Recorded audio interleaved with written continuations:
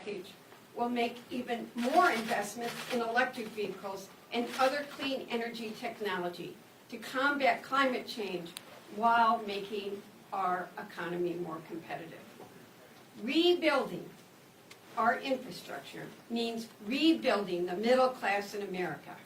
And it means jobs, jobs, jobs. And with that, I want to turn it over to Co-Chairman Lou. Thank you, Co-Chair Dingo. President Biden's agenda and that of congressional Democrats have three parts: the American Rescue Plan, the Infrastructure Bill, and the Build Back Better Act. And three of the goals were to recover from the pandemic, create jobs, and lower taxes. As Co-Chair Dingo said, we've created nearly 5 million jobs since January 20th. We've also cut taxes. We have increased dramatically the tax cut for American families with children. And then we sent those payments on a recurring monthly basis in the middle of each month.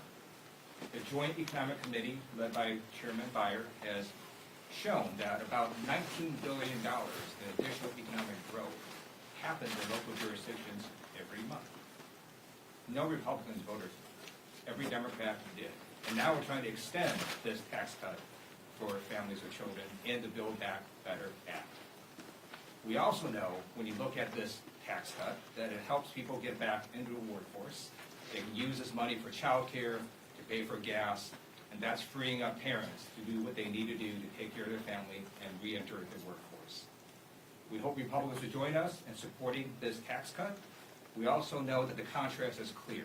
When Republicans were in control, they raised taxes on middle-class families with their SALT provision, and they decreased taxes for billionaires and wealthy corporations. When Democrats gained control, one of the first things we did in the American Rescue Plan was cut taxes for working families with children. And with that, I'd like to introduce our co-chair, Matt Cartwright. Thanks, Ted, and thank you to our estimable Chairman Hakeem Jeffries for hosting this press conference.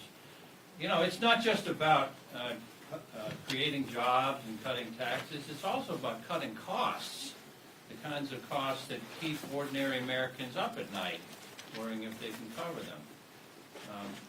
We're lowering costs with these bills for caring for seniors at home, for covering health care in its entirety, and for taking care of little kids. You take taking care of seniors. People are tied up at home either watching their parents or paying somebody to do it for them. It's an incredibly expensive endeavor. The Build Back Better Act helps pay for that.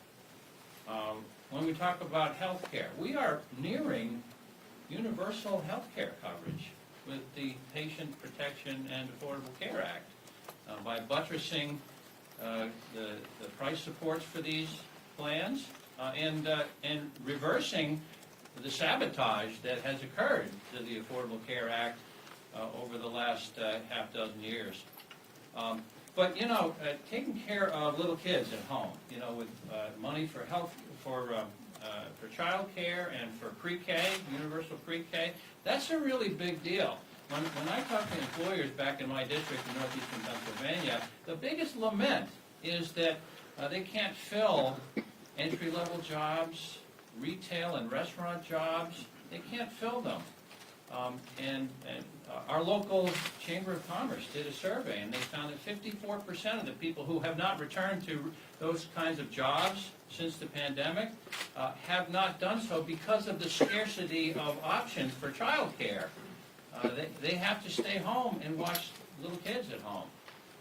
Taking care of this problem fills those gaps, energizes our economy, and the Nobel Prize winning list of economists all agree that this will reduce inflationary pressures. So we're proud of the Build Back Better Act and all of the things that we're doing this week. So with that, I want to turn it over to our dynamic Coloradan on our co-chair committee, Joe Neguse. Joe? Well, thank you, Matt. And I'd like to close us out really by underscoring the message that you've heard from my fellow co-chairs, from Matt Cartwright, Debbie Dingle, Ted Lieu, and of course we're grateful to the chairman of our caucus and the vice chairman for their leadership. But it is clear that the House Democratic Caucus is united around the Build Back Better agenda, which really has three core pillars. One, as you heard so astutely from my colleague from Michigan, creating American jobs, rebuilding our infrastructure, and building clean energy technology to combat climate change. Two, as you heard from my colleague from California, Mr. Lieu, rewarding work by cutting taxes for working families. The vast majority of Americans watching this press conference received a tax cut this year as a result of President Biden's leadership and the leadership of House Democrats and Senate Democrats. And as Chairman Jeffries and Representative Lieu both articulated, not a single Republican voted for them. We are lowering costs, the third core pillar of the Build Back Better agenda, as Representative Cartwright explained, ultimately making sure that the costs that keep American families up at night, like health care and child care and home care for aging relatives, are decreased. And we are doing all of this by paying for the investment to make sure that ultra-wealthy and corporations pay their fair share. Now, this is important. No one making less than $400,000 a year will pay a penny more in taxes. In fact, again, as Ted outlined, working families are going to see their taxes cut because Build Back Better rewards work and not wealth. And that contrast is worth repeating. I wasn't here in 2017 when the Republicans controlled Congress and cut taxes for millionaires and billionaires and corporations. But I'm proud to be here now with Democrats in control of Congress as we cut taxes for working families across our country. You know, the president often says this, he said it when he spoke to the caucus last week, that for far too long, this economy has worked great for those at the top, while ultimately hardworking Americans who built this country get cut out of the deal. We are dealing working people back in by building an economy that gives them a fair shot, and we're going to make sure that it's paid for by asking the ultra-wealthy to pay their fair share. So with that, as we turn to questions, I want to turn it back over to someone who has shown extraordinary leadership, in my view, and I think in the view of my fellow co-chairs, in uniting the various ideological views of the Democratic caucus as a family, and that's our chairman, Chairman Jeffries. Thank you, Joe, and thank you to the members of the DPCC for that very thorough and compelling presentation. We'll go here and then we'll alternate both sides. Thank you, Mr. Chair. At this point, can you tell us if you are still expecting a vote this week on the Infrastructure and Build Back Better Act, and can you also elaborate on some of the outstanding issues that need to be resolved? Well, it's my hope that we'll be in a position to be able to vote at some point this week, but the administration has been very clear in terms of deadlines and timelines. Let's work through all of the outstanding issues to get to a place where we can put these bills to a vote, get them over the finish line, and then get these things done for the American people. Our focus at the end of the day is on making sure we create, as the DPCC has outlined, millions of good-paying jobs, that we cut taxes for families with children, and that we lower costs for everyday Americans.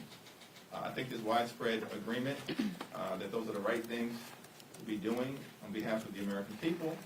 There's some technical issues that folks are working through with respect to some of the climate provisions and some of the health care provisions, but I believe at the end of the day, we're going to find common ground as we always do.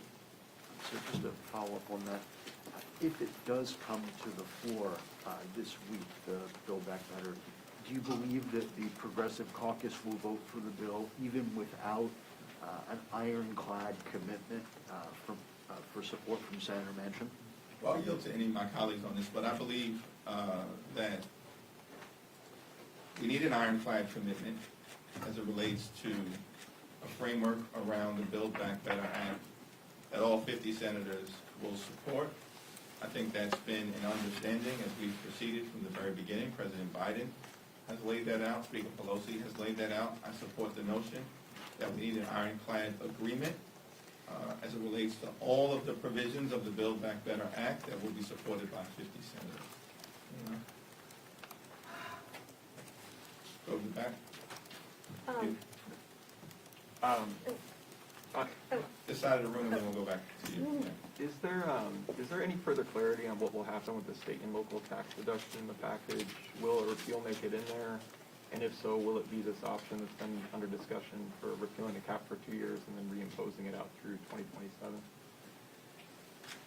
Well, I'm not going to comment on any of the particular proposals that have been discussed, other than to reiterate my position that we do need to address the state and local tax deduction issue. As was pointed out by the DPCC, by Ted, one of the things that the Republicans did when they had complete control of government is to cut taxes for the wealthy, the well-off, and the well-connected, and raise taxes on the middle class by obliterating the SALT deduction, and we need to address that. There are some moderates in the House who want a CBO score before they vote on the bill, but it sounds like from what Chairman Yarmouth was saying is that once there's bill text, it would take about 2 weeks for a CBO score. So how quickly do you think the House can realistically vote on the reconciliation bill, and would that screw up the timing of the vote on the infrastructure bill? Well, the CBO score issue did not come up at today's discussion before the caucus. I don't know if anyone he takes all the tough questions, by the way. Would you like to see a score first, or? I'm not going to comment on that one way or the other. I have no member has raised this issue with me. Until someone does, I'll refrain from comment. It sounds like Senator Manchin, though, yesterday was sort of raising that as his issue, that he wants to see that. When you heard that from him, and I know that parts of it have already been scored, you guys have a sense of what's in it. Do you feel like he's still doing this in good faith, or that he's just trying to slow up the process at this point? Because it felt like yesterday y'all were ready to go. I mean, the Senate is the Senate, and the price that we pay for the democracy that we have in America, and I take every single senator in good faith in terms of the comments that they put into the public domain. I also believe that all 50 of them do want to get the Build Back Better Act over the finish line, and I remain convinced of that fact. Because that didn't sound ironclad yesterday. Far from it, right? Until we have an ironclad agreement, it's not my expectation that we'll vote. When there's an ironclad agreement, we'll go to the floor. Yeah. Just a real quick point, when you look at the framework, the revenues that we're getting in will exceed the current amount that's being projected to spend. So I don't think the CBO score is going to be much of a problem at the end of the day. I think for raising that point, which is also critically important in the context of the Build Back Better Act and bipartisan infrastructure agreement, completely paid for, unlike the GOP tax scam, which provided 83% of the benefits to the wealthiest 1% in America and plunged us approximately $2 trillion more into debt unnecessarily. There's a big difference between the Republican reckless approach and the Democrats who deliver approach to public policy. Second one. I want to ask about immigration. So do you believe that Democrats will have provisions that can pass the parliamentarian? And if they don't pass the parliamentarian, will Democrats be including them in this package anyways? Well, that's under discussion. I know Pete has been involved in a lot of these discussions. We do have a broken immigration system. We need to fix it. We're working through that issue, Pete. The president was clear after our meeting with a number of us on July 29th that he wanted immigration measures included in reconciliation. What we have talked about today is implementing the president's agenda. And part of that agenda is making sure that we fix our broken immigration system. We've been very clear on that. For far too long, our immigration system has left behind individuals who are working, going to school here, living here, going to church in our communities, and we've left them behind. And so we want to right that. We want to help fix that. Working through language to do that and building support to do that is what we seek to do. That's what the president has asked us to do. The House and Senate are engaged in these efforts, and we're going to continue down this road as long as there are options. You didn't speak yet, right? No, sir. I was just wondering what you thought the results in Virginia would show to Democrats heading into the 2022 midterms. Well, since we're under the Capitol dome, I don't want to comment